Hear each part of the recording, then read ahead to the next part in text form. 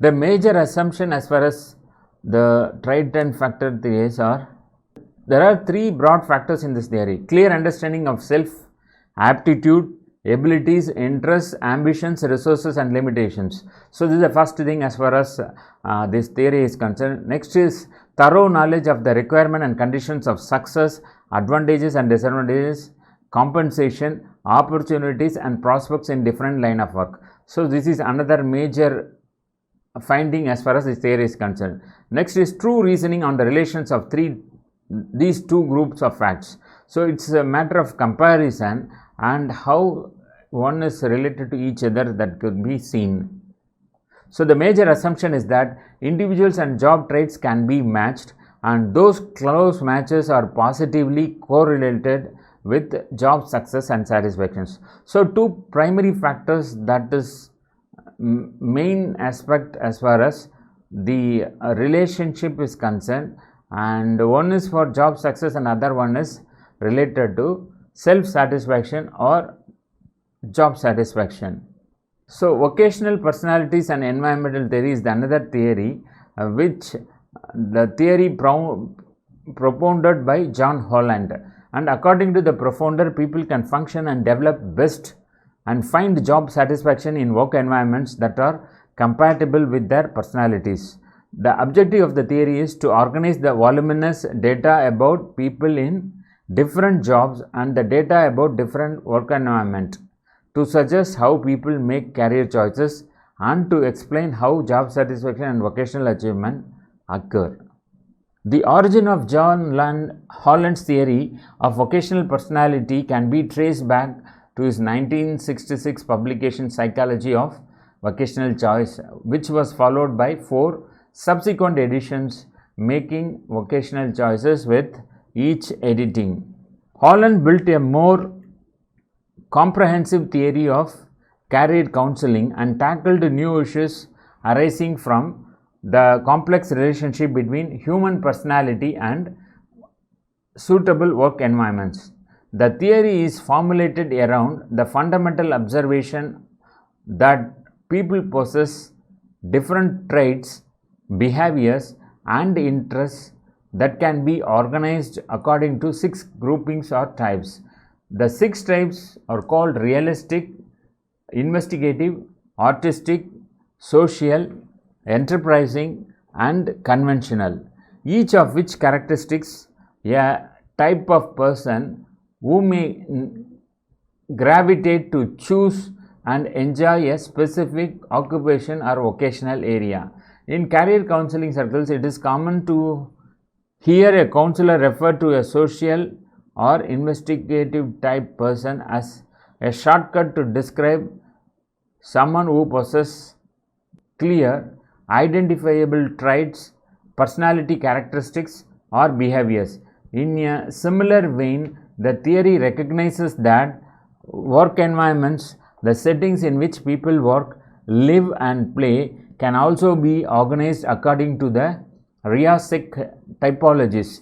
It is theoretically appropriate to hear a career counselor describe a work function as a conventional type job or a realistic type activity.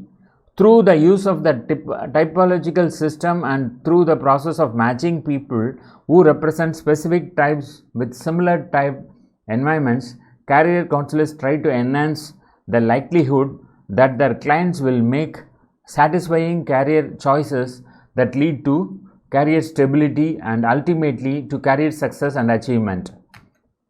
The Rorschach model types of people. The 6 types in the Holland theory describe multiple facets of the type, which include personal characteristics, preferences and tendencies. For example, the realistic type person is considered to be the rugged, robust, reserved, practical and materialistic. People of this type are often inclined towards mechanical, physical or technical activities where hands-on capabilities are paramount. Each consecutive type demonstrates a sufficient degree of dissimilarity to the other types. The investigative type person is considered to be analytical, intellectual, complex, critical, and cautious. People of this type are often drawn to the sciences, quantitative pursuits, and research and scholarly activities. The artistic type is considered to be expressive, imaginative, innovative, and emotional, and non-conforming. People of this type are often drawn at art, writing, theatre, and languages. The social type is considered to be friendly, warm, understanding, idealistic, and cooperative. People of this type are often drawn to teaching, counseling, social services, and other helping activities. The enterprising type is considered to be ambitious, energetic, sociable, assertive, and excitement seeking. People of this type are often drawn to politics, business management, leadership, and other entrepreneurial activities. The confidential type is considered to be conscientious, methodical, careful, ideally, and thrifty. People of this type are often drawn to accounting, banking, clerical, and computational work. Relationship between types. In addition to the descriptive qualities associated with the types, the Rhetoric model also incorporates a spatial component that is depicted by a hexagon. Rhetoric model. The distance between the types around the hexagon determines the degree of similarity or dissimilarity between the various types. Adjacent types of the hexagon are most related to one another, and opposite types on the hexagon are least related to one another. The hexagonal model also visually demonstrates a few other key concepts that are central to the Holland theory. These concepts are calculus, consistency, and congruence. Congruence refers to the degree of match between one's type and type of work environment that he or she ultimately chooses.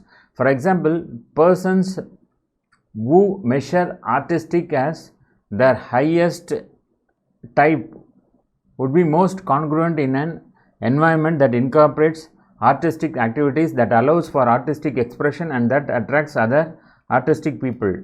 Differentiation. Differentiation addresses a person's purity of type, or whether that person clearly resembles one or perhaps two types, yet clearly does not resemble the other types.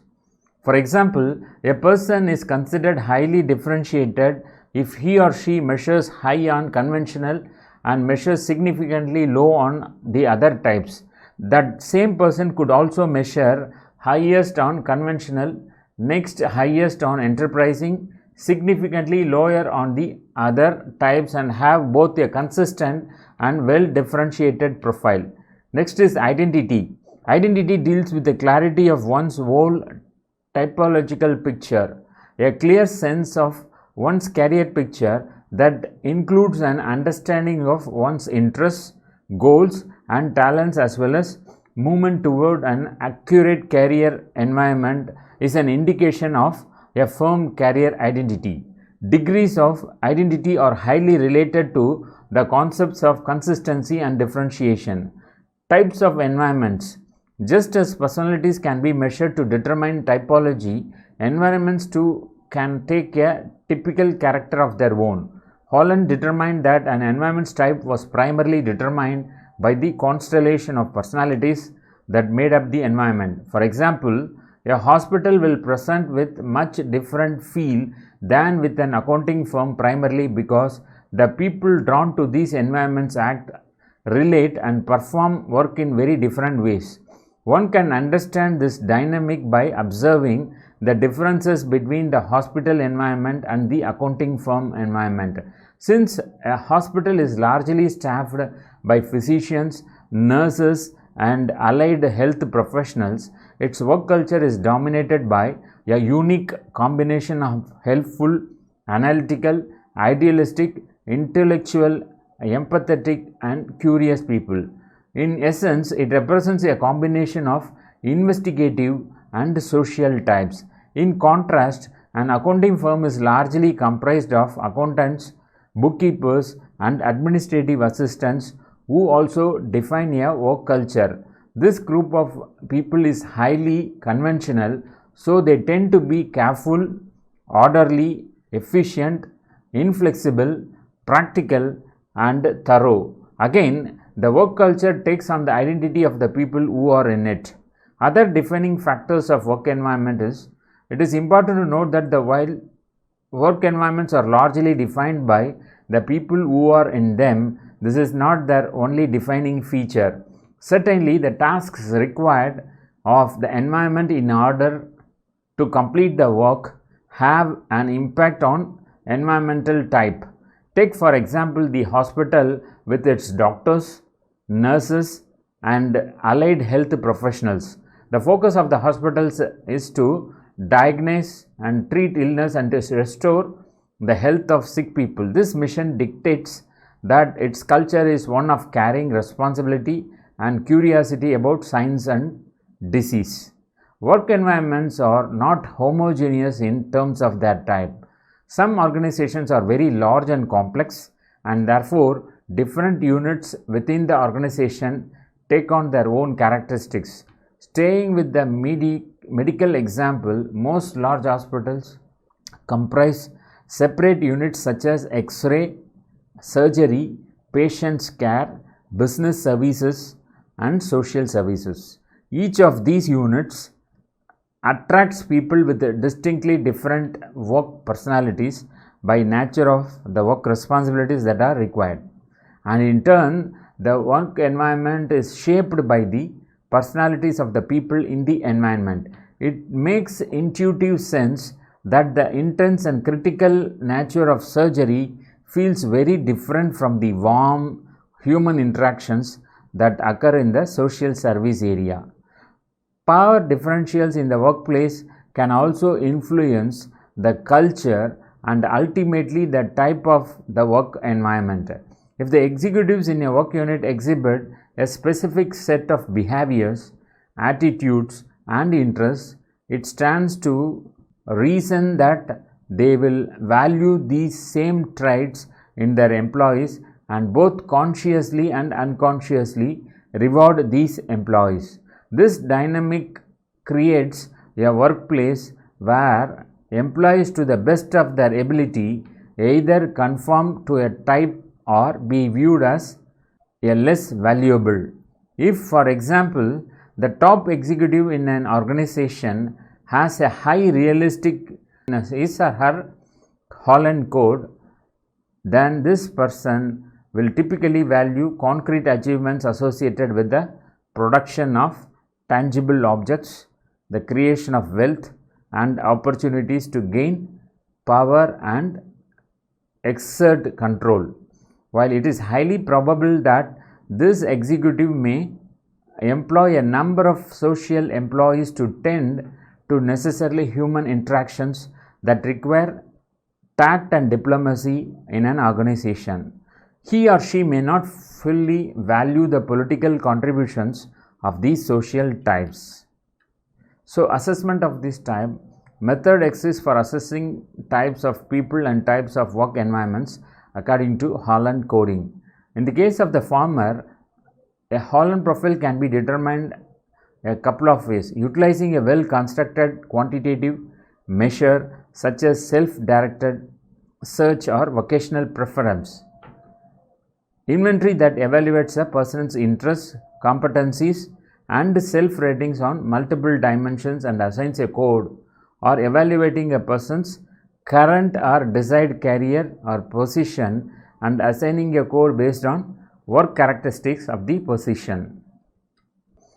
So, vocational personalities and environment theory has propounded by John Holland, and according to the propounder, people can function and develop best and find job satisfactions in work environments that are compatible with their personalities.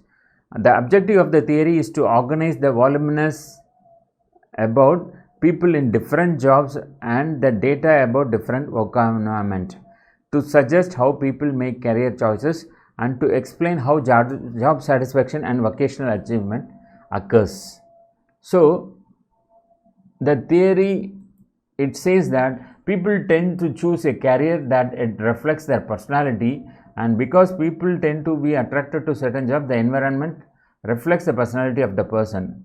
The theory emphasizes on the accuracy of the self knowledge and career information necessary for career decision making. So decision making can be of any nature, and so the self knowledge obtained by one's self, so that paves way or gives scope for career decision making.